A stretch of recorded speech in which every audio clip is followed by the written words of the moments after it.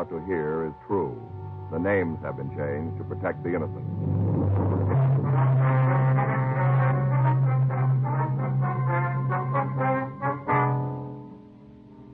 You're a detective sergeant. You're assigned to robbery detail. You get a teletype warning you that 2 hold-up men are heading for your city. You know they're armed and dangerous. Your job? Be ready for them.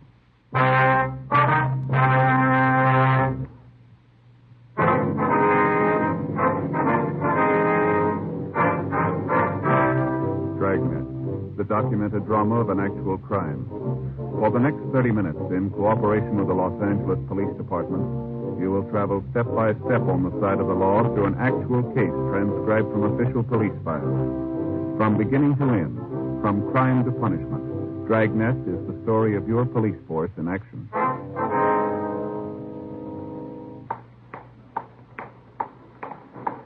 It was Tuesday, April 5th. It was raining in Los Angeles. We were working the day watch out of robbery detail. My partner's Frank Smith. The boss is Chief Detective Thad Brown. My name's Friday. I was on my way back from R&I, and it was 8:46 a.m. when I got to room 27A. Squad room. Frank? Yeah, Joe. Back here. How about it? Turn anything? Yeah, a couple of names. None of them match the descriptions. Mm-hmm. One of the mugs supposed to be in. This afternoon's mail, they said they were sending them there special. It'll be easier when we know who we're looking for, huh? Yeah, they will. Friday, Smith? Yeah, Skipper. Got a minute? We're right there. Come on in. Yeah. Close the door, huh? Yeah, sure. Sit down. Here. Take a look at this. Well, what is it? About the Merton brothers. Oh. I just talked to Leopold. Sheriff from Las Vegas? That's right. Gave me as much as he could on the Merton. Well, we checked our records. There's nothing on them here. Isn't likely. From what Leopold says, they're fresh out from the east. You name a town? No, someplace in Georgia. They're trying to run it out. Mm-hmm. Bulletin we got said they pulled a couple of gas station holdups over there. Anything else? Yeah, at least they think so. Yeah. According to their records, the boys got into town a couple of months ago. No visible means, but plenty of money. Uh-huh. Hung around the places on the strip, gambled, drank, had themselves quite a time. Yeah? The department over there started to wonder where the money was coming from, put a couple of men on them full time. What'd they find out? Not much. Merton's played it cozy. They were finally picked up on a drunk charge, mugged and printed. Nothing to hold them on, so they were released. Yeah. Next morning, they skipped town, left clean. On the way out, they stopped long enough to kick in a couple of those gas station motels, you know, along the highway. Yeah. Scored pretty good. The victims make the identification right away? Yeah. As soon as they saw the pictures, sheriff's office notified Baker. Highway patrol there was waiting, but they must have gotten through before the word went out. Mm-hmm. We've been able to trace them through Barstow, Victorville, on through Pear Blossom, Little Rock. They worked hard all the way. What do you mean? 3 service stations, 2 restaurants, 1 motel. Anything on them here in L.A.? Not yet. It's a matter of time. We got to get them before then. Yeah. All the victims tell the same story. These 2 guys are off their rockers. The way it stacks up, they're well armed. The car they're driving is cold, and they're on the needle. Heroin? Well, we got it. Leopold says they kept a couple of dates with known pushers in Vegas. As far as he could tell, there wasn't anything passed. That doesn't mean it didn't happen. Yeah. That's the story. Get on it. Okay, Skipper. I told you before, it's a matter of time till they try to put somebody around here in town. Yeah. A couple of crazy gunmen, high on H. Bad combination. Somebody's got to lose. Well, let's hope it's not us.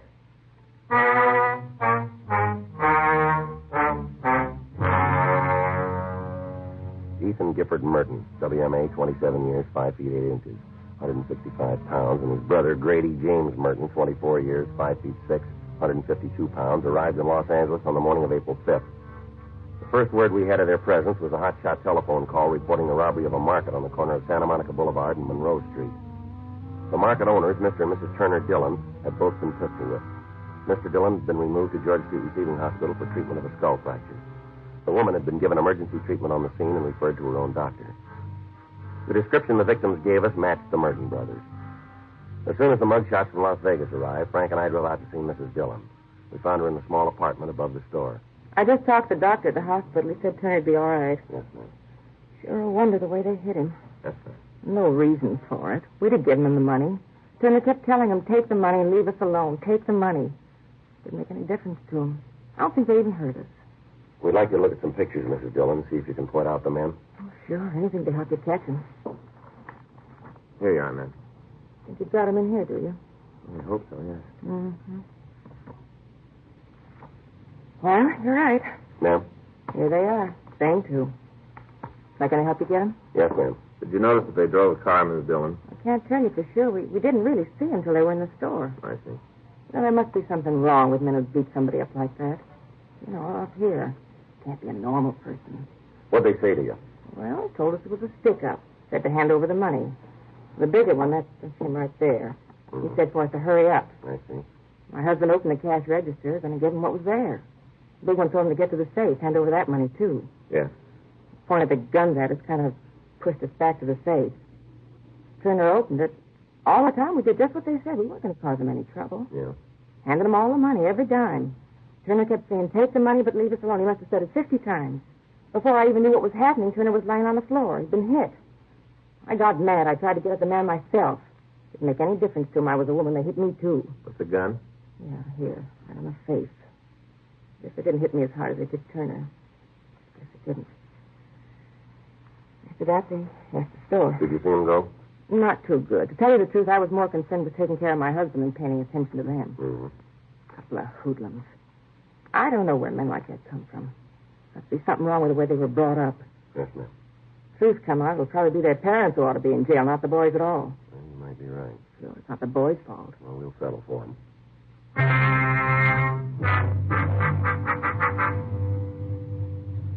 "4:25 p.m. We received a communique from the FBI telling us that the Merton brothers are wanted by the state of Alabama for escape. A complete record on the two men was also sent. They'd been arrested a total of 26 times for everything from petty theft to kidnapping.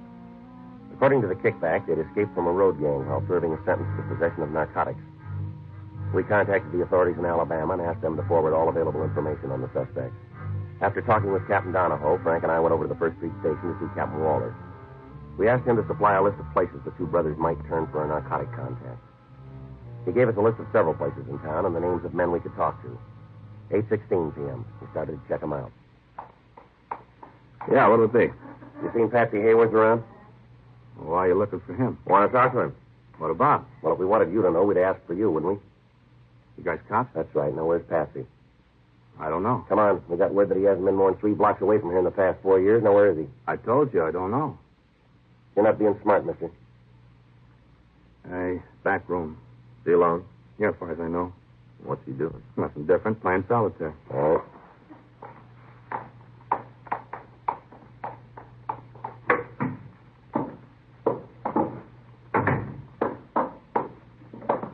Yeah?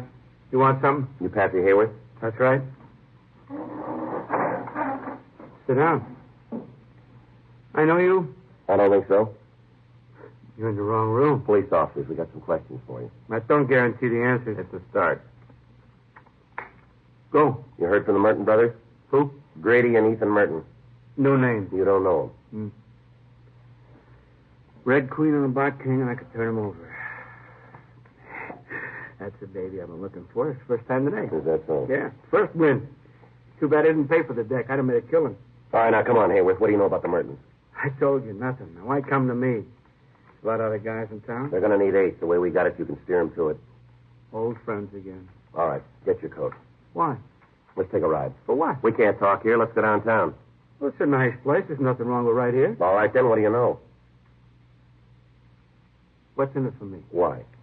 Well, information like that ought to be worth something. You know we can't do anything for you. Come on, let's go. Well, how long do you figure you're going to be able to hold me? Long enough. How do you make that? Well, I'll tell you. We'll take you downtown, process you, pass the word you copped out. Told us about a half a dozen people in town. Thing like that gets around, you're going to be in trouble. You'll come back with what we want to know. Well, that's kind of crummy. It almost builds the blackmail. Now, you called it. We didn't. You'd really do that? We would. All right. You crossed out all the roads.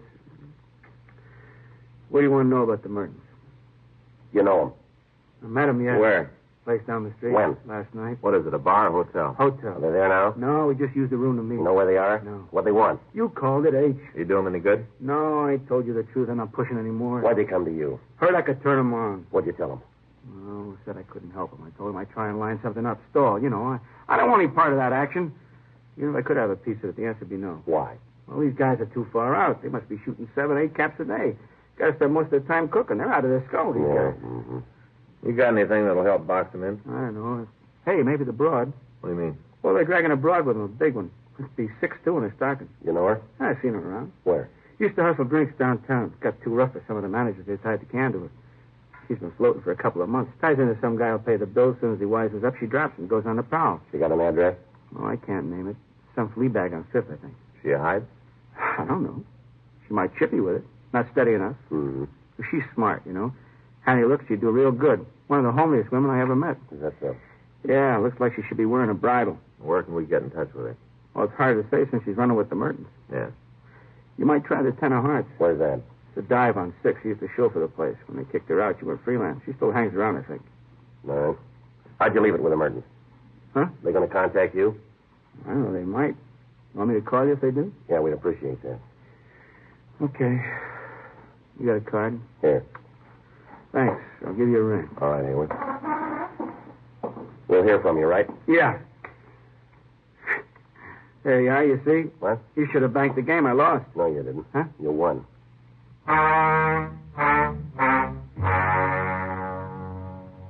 We returned to the office and ran the name and description of the woman through the record section. We came up with a package listing arrest for violation of Section 647.5 of the Penal Code and 4220 LAMC, soliciting drinks.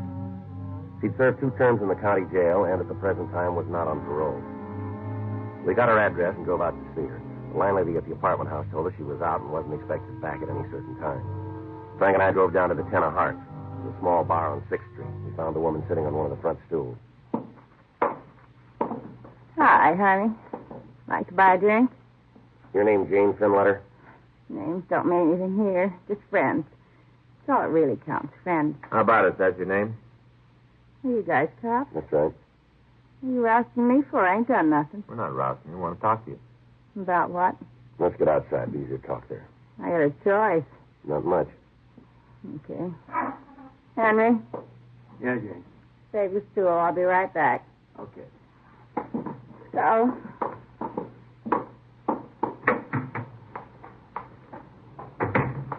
Right out here. We can talk in the car. yeah. Go ahead, get in.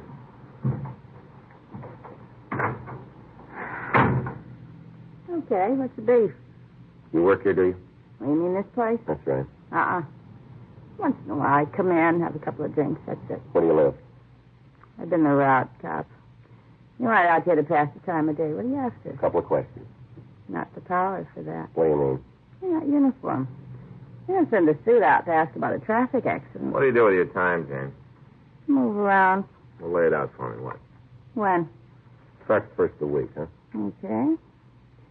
Slept late Monday. Got up about 1:30. Had a bad night Sunday. Woke up with a real head. Mm-hmm. Tagged the bar on the corner. Had a couple of Bloody Marys. Went home. Changed my clothes and met a friend. You want to give us his name? Ain't go any farther. Not from us. Nick Pfeiffer. Okay, what happened then? I was out with him until maybe 2:30. That's in the morning. Yeah. Came home, went to bed. Slept until about 11:32. Mm-hmm. Got a call from a couple of friends who just got into town. Get their names? Same deal. Same deal. A couple of brothers. They met a girlfriend of mine in Las Vegas. She gave them my number. How about the names? Ethan and Grady Merton. Okay. Met them, had a couple of drinks, and drove out to the beach for lunch. Came back to town, had dinner. Takes us up to last night. You seen him today? No. Ethan called me this afternoon. Yeah. Said they had some kind of a business deal to take care of this evening. After that, they were going to pick me up. Where? Here, in about an hour. Mm-hmm. That the reason for the muscle, the Merton brothers? Might be. They got a game going. I'm not on their side. I want that clear. They pulled a boo-boo. They did it themselves. No help from me. Mm-hmm. As far as I'm concerned, they both got soft spots. What do you mean? In their skulls. Soft. They say what this business was they had to take care of? No, mentioned something about somebody owing them money, something like that, so they were going to collect. Didn't say where, though, huh? Not to me. Mm-hmm. The way they were rigged last night, though, didn't leave a lot of doubt. Hmm? All those guns going out to collect. Yeah. They weren't going to do it nice.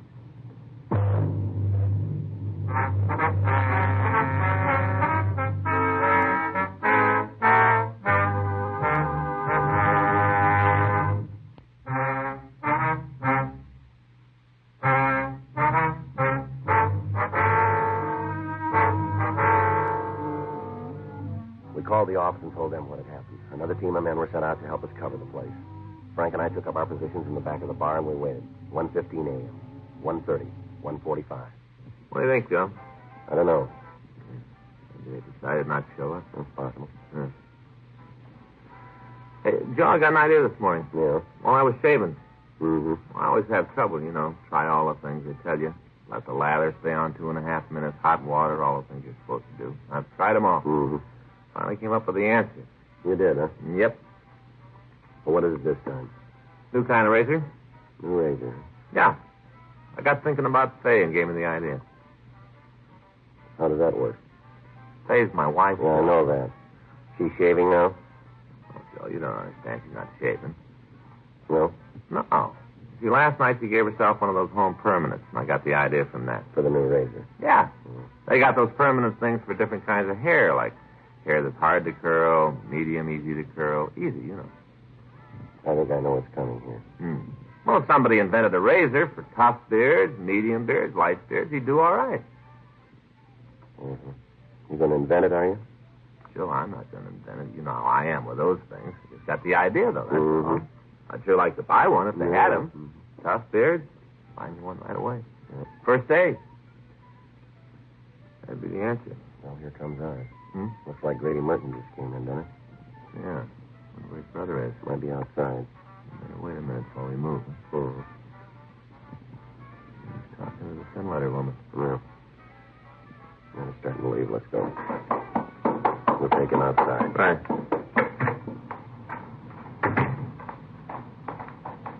All right, Merton, hold it up. He's leaving, Joe. All right, come on, calm down. Take it easy. Leave me alone. Police officer. Take it easy. All right, now, come on, Merton. Get up. Come on. Now, get over there by the wall.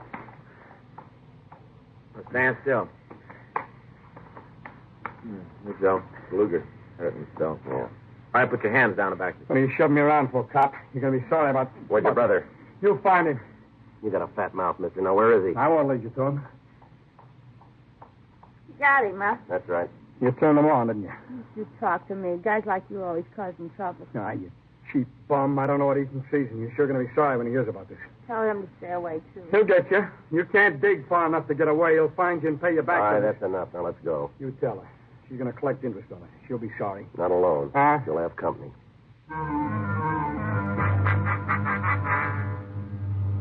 The other team of men remained at the bar in the event the other suspect returned. We took Grady Merton to the city hall for questioning. Empty your pockets. Huh? Come on, empty them out. Wallet. Change, keys, handkerchief, penknife. That's it. Let me see your arms, Merton. Huh? Come on, let me see your arms. What for? Now, there's two ways to do this. You take your choice. Okay. All right. When'd you have your last pop? You got to prove it. That won't be hard. All we got to do is drop you in an ISO cell, and you'll be screaming for it. Sure. You get all the money you can on that. I'll book it myself. Let me see the wallet. There's nothing wrong with your reach. This the pink slip on your car? Yeah. Bought it in Nevada? That's what it said. Yeah. What are those keys for? Nothing. I just like to carry them. Stand up. Now, what happens now? You hit me? Turn around. Forgot something, didn't you, Merton? Huh? Key here. What's it for? I never saw before. Hendricks Arms Hotel. Is that where you've been staying? I'm not going to say anything more. You want me to talk? It's got to be with a lawyer. All right. I know my rights. You can't make me say nothing more. You don't have to. Huh? We got all we need.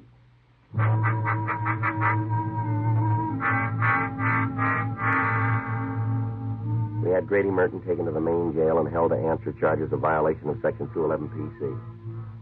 3:26 a.m., Frank and I left the office and drove out to the Hendricks Arms. It was a large private home in the Crenshaw area that had been converted into a hotel. Frank covered the back entrance to the building, and I walked up the steps.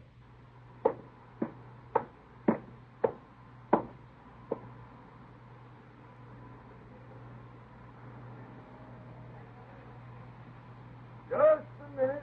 I'm coming. You know, it's 3:30. Hope you got a good reason coming around here this time of night. Police officer, can you tell me who's registered in room 5C? What for? Police business. Listen, mister, this is a clean place. There's no trouble. Now, that's the way I run it. That's the way I want it to Yes, stay. sir. Now, who's in room 5C? A couple of guys. What are the names? I don't know, Smith or something. Wife rented the room to him. Only seen him a couple of times. All right, does one of them look like this picture?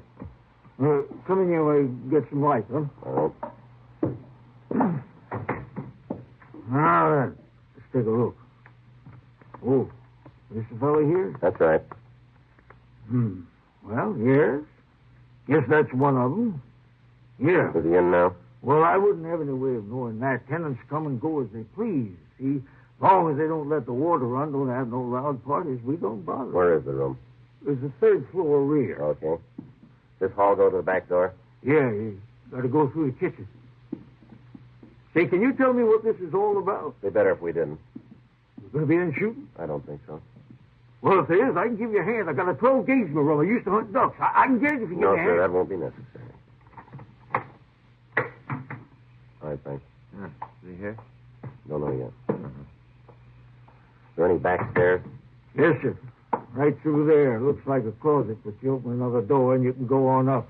All right, sir. Do you have a key to the room? Yeah. Here you are. Want me to go with you? Might be better if you stayed here. Yeah, well, I'll get my gun and guard the front door. He won't get out. I'll guard it.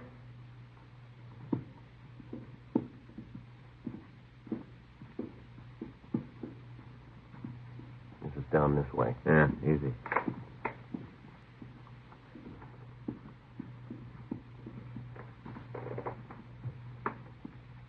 No noise. No. You all set? Yeah. It's locked.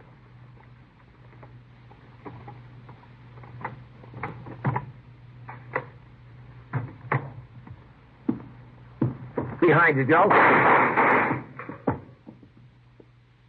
get the light. All right, what are you doing? Hi, Jack, what are you guys doing Get here? up. Come on up. All right, how'd you get to me? How'd you do it? We did. I should have killed you all the time in the world, and I didn't do it. I should have killed you. Yeah, you should have. Perfect shot, and I couldn't do it. No reason at all. Wouldn't have cost me any more. That's so? Yeah, sure, they never executed anybody in this state for killing a cop. Wouldn't have cost me any more. You got a bigger bill than you can pay now. Come on.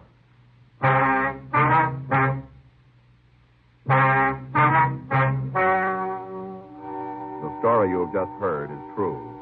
The names were changed to protect the innocent.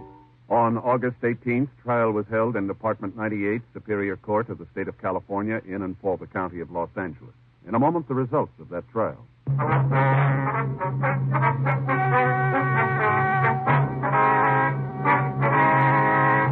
Ethan Gifford Merton and Grady James Merton were tried and convicted of robbery in the first degree, 5 counts, and received sentence as prescribed by law.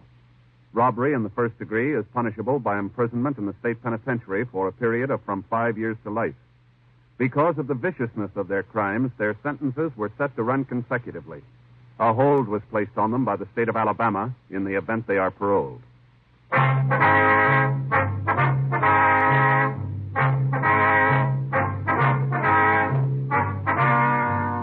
You have just heard Dragnet, a series of authentic cases from official files. Technical advice comes from the Office of Chief of Police W.H. Parker, Los Angeles Police Department. Technical advisors, Captain Jack Donahoe, Sergeant Marty Wynn, Sergeant Vance Brasher. Heard tonight were Ben Alexander, Herb Ellis, Virginia Gregg, Vic Rodman, Bert Holland. Script by John Robinson. Music by Walter Schumann. Hal Gibney speaking. Watch an entirely different Dragnet case history each week on your local NBC television station. Please check your newspapers for the day and time. Chesterfield has brought you Dragnet, transcribed from Los Angeles.